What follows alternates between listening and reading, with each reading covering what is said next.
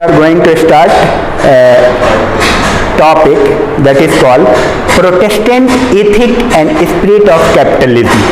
इस टॉपिक का नाम है। मैक्स वेबर की एक किताब है। मैक्स वेबर ने इस पे बहुत सारी बातें की हैं। उस टाइटल का नाम है Protestant ethics and spirit of capitalism. मतलब इसका हिंदी में ये हुआ कि प्रोटेस्टेंट धर्म के आचार, पूंजीवाद का विकास, पूंजीवाद के विकास में प्रोटेस्टेंट धर्म के आचार कितना सहायक है। अब आप परिचय में समझ लीजिए, इस पुस्तक में या इस टॉपिक पे, इस टॉपिक का कई नाम है। इस टॉपिक का एक नाम है कैपिटलिज्म, पूंजीवाद। इस टॉपिक का एक नाम है प्रोटेस्टेंट वाद। इस टॉपिक का रियल नाम है Protestant ethics and spirit of capitalism. Max weber की एक किताब है। तो इसमें वो ये बताना चाह रहे हैं कि पूंजीवाद क्या है और पूंजीवाद का दुनिया के विभिन्न धर्मों से संबंध है। Religion is interrelated with economy और कैपिटलिज्म। और वो ये साबित करने की कोशिश करते हैं कि जहाँ जहाँ दुनिया में प्रोटेस्टेंट धर्म रहा, वहाँ वहाँ दुनिया में पूंजीवाद का विकास हुआ। समझ में आ रही बात? ये है कंक्लूजन में, और वो अपनी बात को साबित कर रहे। उन्होंने दुनिया के 6 महान धर्मों का अध्ययन किया। दुनिया के 6 महान धर्मों का अध्ययन करके निष्कर्ष में ये पता चला कि पूंजीवाद का विकास प्रोटेस्टेंट धर्म के आचार, प्रोटेस्टेंट धर्म के सिद्धांतों के अकॉर्डिंग हुआ है। दुनिया में जहाँ जहाँ प्रोटेस्टेंट धर्म लोगों ने अपनाया, वहाँ वहाँ पूंजीवाद का विकास हुआ। ठीक है। हालांकि इसकी आलोचना भी है और हो भी सकती है, जाहिर सी बात है, जब हम पढ़ते हैं तो हर एक वैज्ञानिकों की। लेकिन मैक्स वेबर ने अपने धर्म के समाजशास्त्र में, यानी धर्म का समाजशास्त्र भी एक टॉपिक है, धर्म के समाजशास्त्र में इस बात की कोशिश की है कि प्रोटेस्टेंट धर्म दुनिया में जहाँ जहाँ रहा, वहाँ वहाँ पूंजीवाद का विकास हुआ है। अब नाम है, ईसाई मत 2 हिस्से में बटा हुआ है, प्रोटेस्टेंट एंड कैथोलिक। कैथोलिक उसे कहते हैं जो ओल्ड टेस्टामेंट को मानता है, और प्रोटेस्टेंट जो न्यू टेस्टामेंट को, या मॉडिफाइड, आप समझ रहे हो, मॉडिफाइड क्रिश्चियन जो, और एक है जो ओरिजिनल क्रिश्चियन आप कह सकते हो, जो क्लासिकल, जो बेसिक एथिक्स को मान रहा है। एक है मॉडिफाइड। हर धर्म में इस तरह के होते हैं, कई सेक्ट होते हैं। जैसे हिंदू धर्म में तो सैकड़ों सेक्ट है। कोई राम को मान रहा है, कोई कृष्ण को मान रहा है, कोई सगुन को मान रहा है, कोई निर्गुण को मान रहा है, कोई मान रहा है कि ईश्वर दिखता नहीं है, कोई मान रहा है कि ईश्वर। तो उसी तरह ईसाई धर्म में 2 सेक्ट है, Protestant and Catholic.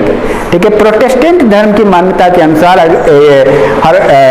Max weber कहते हैं कि जहाँ जहाँ प्रोटेस्टेंट धर्म का विकास हुआ, जिन लोगों ने प्रोटेस्टेंट धर्म को अपनाया वो अमीर हो गए, वो पूंजीपति हो गए। तो आखिर क्या खास बात है? इन्होंने दुनिया के 6 महान धर्मों का अध्ययन किया, जैसे हिंदू धर्म का भी, इस्लाम का भी, बुद्ध का भी, ठीक है, जैन का भी और ईसाई का भी। ठीक है। और 6 धर्मों के निष्कर्ष में ये पाया कि उन धर्मों में पूंजीवाद के विकास के लिए वो कंफर्टेबल सिचुएशन नहीं है, वो फेवरेबल सिचुएशन नहीं है अवेलेबल। क्यों नहीं है? थोड़ा मैं कुछ बातों को बता दूंगा आपको। जैसे हिंदू धर्म की मान्यता है कि मोक्ष की प्राप्ति के लिए आपको भाई सब चीज छोड़ना पड़ेगा। पूंजी छोड़ना होगा, लालसा छोड़ना होगा, और पूंजी का विकास होगा लालसा से। भाई आपके अंदर अगर डिजायर नहीं होगा तो पूंजी आएगी नहीं। समझ में आ रही बात? पूंजी का विकास तो इच्छा से होगा ना।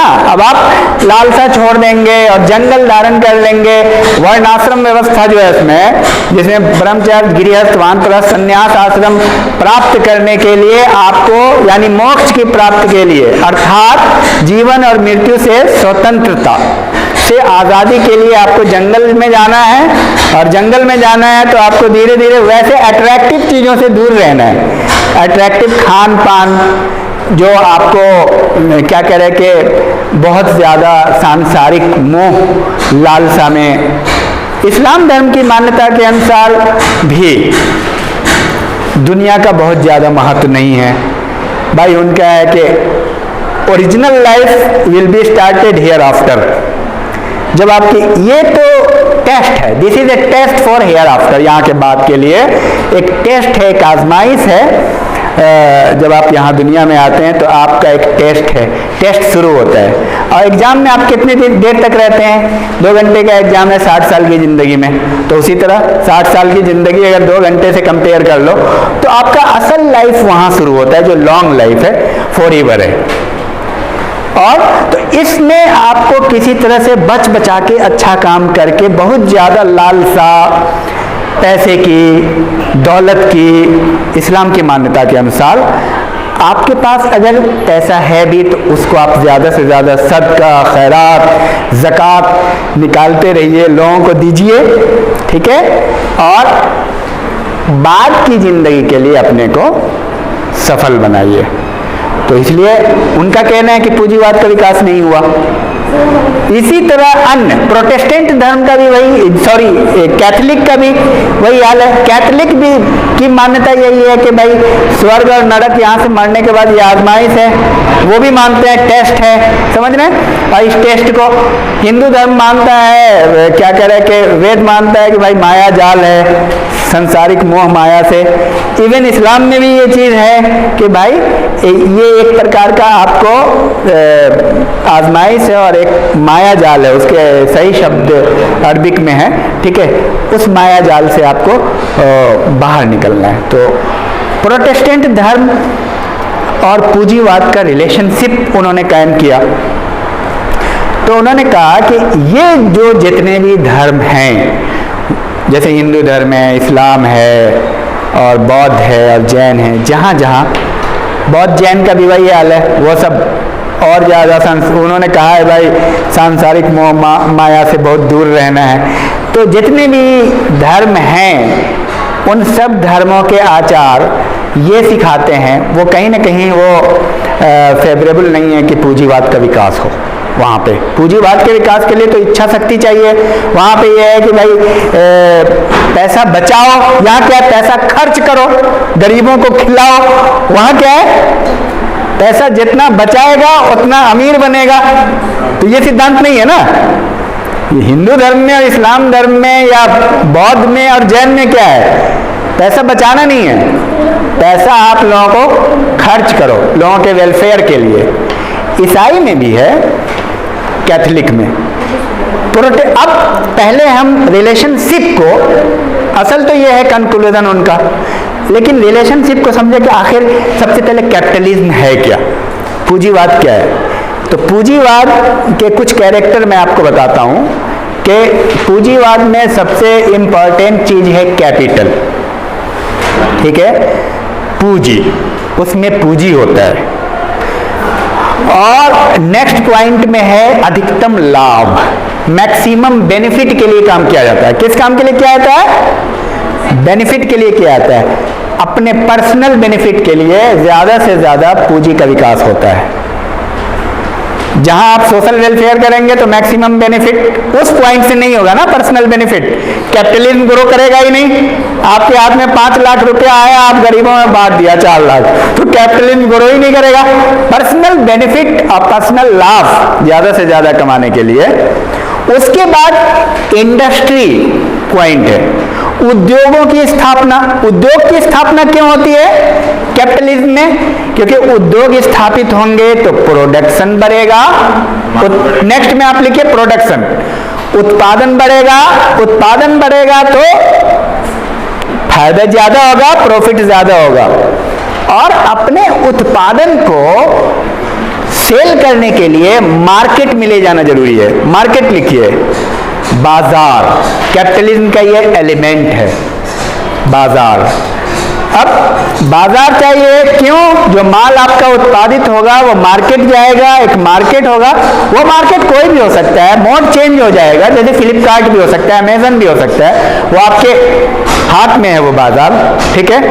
वो बाजार का मोड चेंज हो सकता है, लेकिन बाजार जरूरी है। क्यों है बाजार? कैपिटलिज्म के लिए। हमें पैसा देना ही था 5 लाख कमा के गरीबों को, तो उसके लिए तो बाजार चाहिए नहीं भाई, गरीब कोई बात नहीं, लेकिन बाजार इसलिए कि मैक्सिमम बेनिफिट हासिल करना है। 100 की चीज 200 में बेचनी है, 150 में बेचनी है, तो उसके लिए तो बाजार चाहिए। उसके बाद कॉम्पिटिटिव एटीट्यूड, प्रतिस्पर्धा की मनोवृत्ति चाहिए भाई। आपको अपना माल क्वालिटेटिव वहां रखना है, उस एटीट्यूड, कॉम्पिटिटिव एटीट्यूड चाहिए ना भाई। आप माल आपका अच्छा होगा तभी तो बिकेगा। ये सारा कैपिटलिज्म का यानी इंडस्ट्रियलाइजेशन का, कैपिटलिज्म वर्सेस इंडस्ट्रियलाइजेशन एक एलिमेंट है कैपिटलिज्म का। गोल तो कैपिटलिज्म है। गोल क्या है? जो आदमी इंडस्ट्री कायम कर रहा है वो क्यों कर रहा है? पूंजी बढ़ाने के लिए। तो असल लक्ष्य क्या था? पूंजीवाद। अमेरिका एक पूंजीवादी कंट्री है, आप जानते हैं। तो उसकी वजह क्या है? वहां पे कैपिटल ग्रो किया, मार्केट ग्रो किया। हमारे यहाँ अमेजन या फ्लिपकार्ट या इस तरह के मार्केट बाद में आए हैं। वो सब आते कहाँ से हैं? वहीं वेस्ट से आते हैं। पहले वो तो कैपिटलिज्म के लिए ये सारी चीजें। उसके बाद क्या जरूरी है? रैशनैलिटी, तार्किकता, लॉजिक। कैपिटलिज्म ग्रो लॉजिक से होगा, अतार्किक बातों से नहीं होगा। ठीक है? इन अतार्किक का मतलब अनसाइंटिफिक। साइंटिफिक अप्रोच का मतलब जिसमें कंसिस्टेंसी हो। साइंटिफिक अप्रोच लिखो, जैसे कंसिस्टेंसी हो। सपोज के एक व्यक्ति ये कह रहा है कि लॉजिक का मतलब यहां पे चेंज होगा। साइंस में लॉजिक का मीनिंग ये होता है कंसिस्टेंसी, मीन्स और गोल में मीनिंगफुल कंसिस्टेंसी हो। समझ में आ रही बात? अर्थपूर्ण सामंजस्य हो, एडजस्टमेंट हो लक्ष्य और साधन में। यह है तार्किकता। जैसे कोई स्टूडेंट कॉलेज क्यों आ रहा है? पढ़ने के लिए, तो पढ़ाई करना चाहिए। यह है तालमेल। तो यह लॉजिकल एक्शन हो जाएगा, रैशनैलिटी हो जाएगी। लेकिन आया पढ़ने के लिए और क्लास में नहीं है, दिस इज इरैशनैलिटी। और वो पाप और पुण्य की बात कर रहा है चाय की दुकान में बैठ के। समझ में आ रही बात? तो धार्मिक एतबार से कुछ भी हो सकता है, बट लॉजिकल नहीं हो सकता इन टर्म ऑफ साइंस। आप समझिए, अगर आपके पास 500 रुपया है और 500 रुपया आप साइंटिफिक टर्म में, जिस मीनिंग में हम लेते हैं लॉजिक को, कैपिटलिज्म के मीनिंग में सोचिए, उस 500 रुपये में से आप 400 रुपया गरीबों पे खर्च कर देते हैं। वो इसीलिए कि आपको बाद में इसका फायदा होगा, ईश्वर देने वाला है। उस टर्म में ये लॉजिकल नहीं होगा, जो बात कैपिटलिज्म में है। समझ? यानी कैपिटलिज्म का एक बड़ा कैरेक्टर है सेविंग्स। बचाओगे, बचत कमाई है, बचाना कमाई है। अब अगर आपके पास 500 रुपया है और आपने 500 रुपया बचा लिया, और आप एक दूसरे व्यक्ति के पास 500 रुपया है, उसने 200 रुपया खर्च कर दिया, 300 बचा, तो दोनों में किसकी कमाई ज्यादा है? उसकी कमाई 500 है, उसकी 300 है। यानी बचना भी कमाई है। ये एक थ्योरी है। अगर आप इसीलिए आप देखना, अमीर लोग बचत करता है, बहुत कंजूस होता है। उसकी बोलते हैं ना, ऊंचा मकान फीका पकवान। क्यों ये मशहूर है? क्योंकि कैपिटलिज्म में या कैपिटलिस्टिक पॉइंट ऑफ व्यू में वो हर चीज का कीमत देखता है। मैं थोड़ा मजाक कर लेता हूं आपसे। एक पूंजीवादी, एक एजुकेशनिस्ट फैमिली में अगर आप जाएंगे तो आपका आदर सत्कार करेंगे, बैठो भाई, खिलाएंगे पिलाएंगे, भाई कोल्ड ड्रिंक्स आ रहा है, कुछ और आ रहे हैं, इस तरह के आइटम्स आपको खिला रहे हैं। सपोज 250 रुपये का सामान मंगा लिया, लेकिन वो 250 रुपये का देख नहीं रहा है। लेकिन पूंजीवादी परिवार में गए ना, जिसका दुकान चल रहा है, उसका पापा ये भी देख रहा है 70 रुपये का वो आया, 80 का वो आया, अरे आज 150 का लॉस हो गया, क्योंकि वो लॉस और प्रॉफिट के पॉइंट से देख रहा है हर चीज को। वो 150 रुपया देख रहा है, यार ऐसे अगर मेहमान आते रहेंगे तो 150 रुपया तो मेरा डेली जाता रहेगा। वो 150 रुपये को लॉस के पॉइंट से देख रहा है। जो कैपिटलिस्ट होता है ना, वो हमेशा लॉस और प्रॉफिट के पॉइंट से ही हर चीज को देखता है, ठीक है। लेकिन आमतौर पे होता है कि नहीं, ये एटीट्यूड उनका डेवलप हो जाता है। आमतौर पे अगर आप आमतौर पे लोगों से अगर आप मिलेंगे, उठेंगे, बैठेंगे, खाएंगे, पिएंगे, तो जो आदमी कैपिटलिस्टिक पॉइंट ऑफ व्यू का नहीं होता है, वो इन चीजों का जोड़ घटाव नहीं करता है। लेकिन वहां पे हमने देखा है, और आमतौर पे, और ये कहावत भी है। तो बहरहाल लॉजिक और रैशनैलिटी जरूरी है, सेविंग्स जरूरी है, और क्या जरूरी है कैपिटलिज्म के लिए? डिवीजन ऑफ लेबर, श्रम विभाजन, और साथ में स्पेशलाइजेशन। जितना डिवीजन ऑफ लेबर होगा, जितना श्रम विभाजन होगा, उतना स्पेशलाइजेशन होगा और उतना ज्यादा प्रोडक्शन बढ़ेगा। क्योंकि आप जिस काम में जितना ज्यादा माहिर होंगे, वो काम उतना ज्यादा होगा, प्रोडक्टिविटी बढ़ेगी ना। अब एक व्यक्ति टेलर है और रात दिन टेलरिंग का काम कर रहा है, तो टेलरिंग में अभ्यस्त है। एक व्यक्ति टीचर है और रात दिन टीचर का काम कर रहा है, तो टीचिंग में एकदम एक्सेलेंट है। एक व्यक्ति दूध का काम कर रहा है, लेकिन एक ही व्यक्ति दूध का भी काम कर रहा है, टीचर भी है, टेलर, तो कोई अच्छा काम नहीं कर पाएगा। लेकिन स्पेशलाइजेशन लाने के लिए, तो ये स्पेशलाइजेशन कैपिटलिज्म की वजह से आई है, उन्हीं की देन है। तो यानी इंडस्ट्रियलाइजेशन कैपिटलिज्म का एक पार्ट है। इंडस्ट्रियलाइजेशन का अल्टीमेट लक्ष्य जो है ना, कैपिटलिज्म ही है।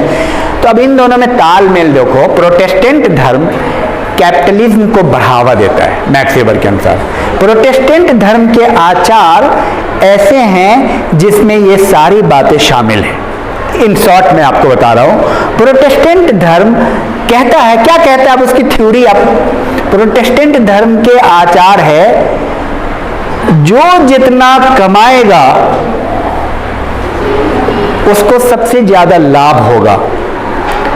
दूसरे धर्मों का क्या सिद्धांत है? ज्यादा कमाई से दूर रहना है, लालसा से। यहां क्या है? ज्यादा कमाएगा उतना उसको लाभ होगा। दूसरा पॉइंट, जो अमीर बन पाएगा वही स्वर्ग में जाएगा। उल्टा हो गया। समझ में आ रही बात? उल्टा हो गया।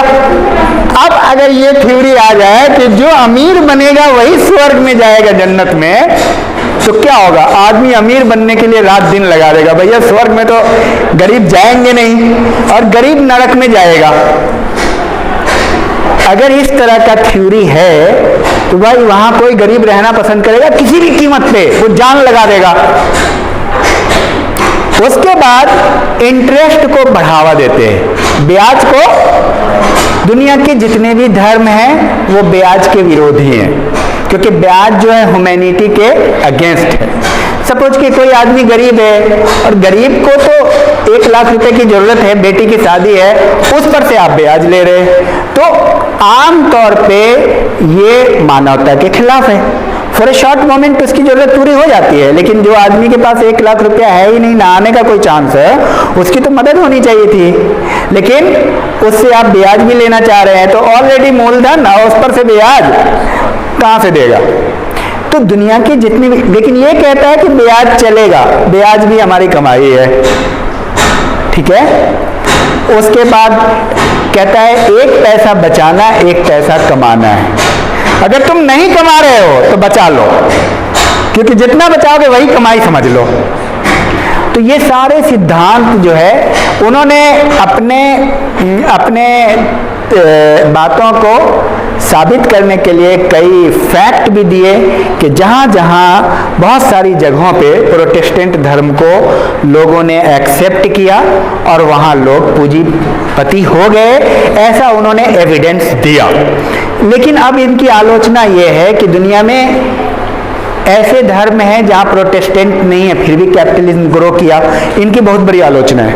जैसे मैं भारत से ही शुरू करता हूँ, अंबानी परिवार, धीरू भाई अंबानी, ये तो हिंदू हैं, कहाँ प्रोटेस्टेंट हैं, लेकिन पूंजीवाद ग्रो किया। सऊदी अरब, जापान में प्रोटेस्टेंट नहीं है, फिर भी पूंजीवाद का विकास हुआ। भारत में अजीम प्रेम जी को देख लीजिए, एक समय में भारत का सबसे अमीर आदमी हुआ करता था सालों साल, ठीक है, वो मुस्लिम से। अरब कंट्री जितनी है कैपिटलिज्म है वहाँ पे, ठीक है। तो जाहिर सी बात है कोई भी थ्योरी अपने आप में कंप्लीट नहीं होती है, और जैसे जैसे मैं इसको रिलेट करता हूँ सोशल चेंज से, कि जब आप पूंजीवाद का विकास होगा तो समाज में परिवर्तन होगा। क्या क्या परिवर्तन आ जाएगा? सामाजिक परिवर्तन, आर्थिक परिवर्तन, राजनीतिक परिवर्तन, शैक्षणिक परिवर्तन, धार्मिक परिवर्तन, लॉजिक में चेंजेस। धर्म को वो व्यक्ति लॉजिकली मानेगा। एक है कि धर्म में अंधविश्वास, भाई कमाई नहीं हो रही है, पंडित जी से माला ले आए, ठीक है, तो ये या मौली साहब से माला ले लें या कोई अंगूठी पहन ले। मौली साहब एक अंगूठी दे दीजिए, भाई दुकान नहीं चल रहा है। अब दुकान नहीं चलने का अंगूठी से क्या ले? इट इज अंधविश्वास, ठीक है। तो अंधविश्वास का मतलब यह है कि आंख मूंद करके और बिल्कुल इलॉजिकल होकर के आप भरोसा करते हैं। ज्यादा इसमें डीप में जाने की जरूरत नहीं है। अब मान लीजिए एग्जाम में पास करना है, ये बात आमतौर पे आपको समझ में आ जाएगी। एग्जाम में पास करने के लिए कौन सी अंगूठी पहना जाए, ये तो समझ में आ रही है ना। यानी एग्जाम में पास होने के लिए न पंडित की अंगूठी और न मौलवी की अंगूठी की आवश्यकता है, बल्कि अपने मेहनत करने की आवश्यकता है। उसी तरह से दुकान अच्छे से चलने के लिए उत्पादन की आवश्यकता है, न कि पंडित और मौलवी के तावीज की। अब मैं आपको कई दुकान, चूंकि रिलेशनशिप है तो आप समझिए इसको, और थोड़ा अंधविश्वास को भी समझिए। मैं कई दुकान आपको दिखा दूंगा, वहाँ पे बड़ी बड़ी तावीज और बहुत सारा कागज में लिखा नक्शा सब बना हुआ, अपना रिस्क बढ़ाएं, अपना अर्थव्यवस्था को मजबूत करें, ठीक है, अपने, और बना बना करके दुकानों में टांगे हैं, दुकान नहीं चल रही है। क्योंकि दुकान इन सब चीजों के टांगने से अगर चलती तो भाई हर आदमी दुकान खोल लेता, कभी दुकान लॉस में नहीं जाता। समझ रहे हैं बात को? In the same way student का भी है। अगर स्टूडेंट इंटेलिजेंट हो जाता, बहुत सारे स्टूडेंट लगे हुए हैं पंडित मुल्ला के चक्कर में। कहा है भैया हमारा एग्जाम है, हमें सीटेट क्वालिफाई करवा दीजिए, नेट क्वालिफाई करवा दीजिए, तो वो बोलेंगे थोड़ा एडमिट कार्ड दे देना, फोटो स्टेट, क्योंकि उसमें एडमिट कार्ड से वो पूजा पाठ दुआ तावीज अपना मार रहे हैं। बंदा आया 3 महीने के बाद, क्या हुआ? अरे वो बहुत बड़ा फ्रॉड था। तो अंधविश्वास को और विश्वास को आप समझिए। विश्वास करना अच्छी चीज है। आपने दुकान खोला और आपको विश्वास है आप काम करेंगे तो काम होगा, दिस इज बिलीव, ठीक है। कल हो के कोरोना काल आ जाए, दुकान बंद हो जाए तो अलग चीज है ना, लेकिन विश्वास तो है कि मेहनत करेंगे, हम अच्छा काम करेंगे, तो ये है बिलीव। अंधविश्वास ये है कि तुम दुकान खोलो, एक पर्ची साट लेना दुकान में, कस्टमर की लाइन लग जाएगी। बहुत ही बारीक है, ठीक है, इसलिए इस पे डिस्कशन की जरूरत नहीं है। तो बहरहाल प्रोटेस्टेंट ये था, मैक्स वेबर के Protestant ethic and spirit of capitalism का सार, और उसकी आलोचना भी हमने आपको बता दिया। किसी भी वैज्ञानिक का क्या कह रहे कि थ्योरी 100% सही नहीं होती है, उसमें आलोचक होते हैं और आलोचना होनी भी चाहिए, इससे आपकी तार्किकता बढ़ती है। हमें मैक्स वेबर पढ़ के क्या करना है? जानना है ना, अंडरस्टैंडिंग, लॉजिकल होना है, रैशनल होना है, उनकी थ्योरी को समझना है। ऐसा थोड़ी है कि उनकी थ्योरी से आपको कुछ हो जा रहा है, लेकिन मैच्योरिटी लेवल आपका बढ़ता है और आप और नई नई थ्योरी जानते हैं, नई नई बातें सीखते हैं, ठीक है। Thank you.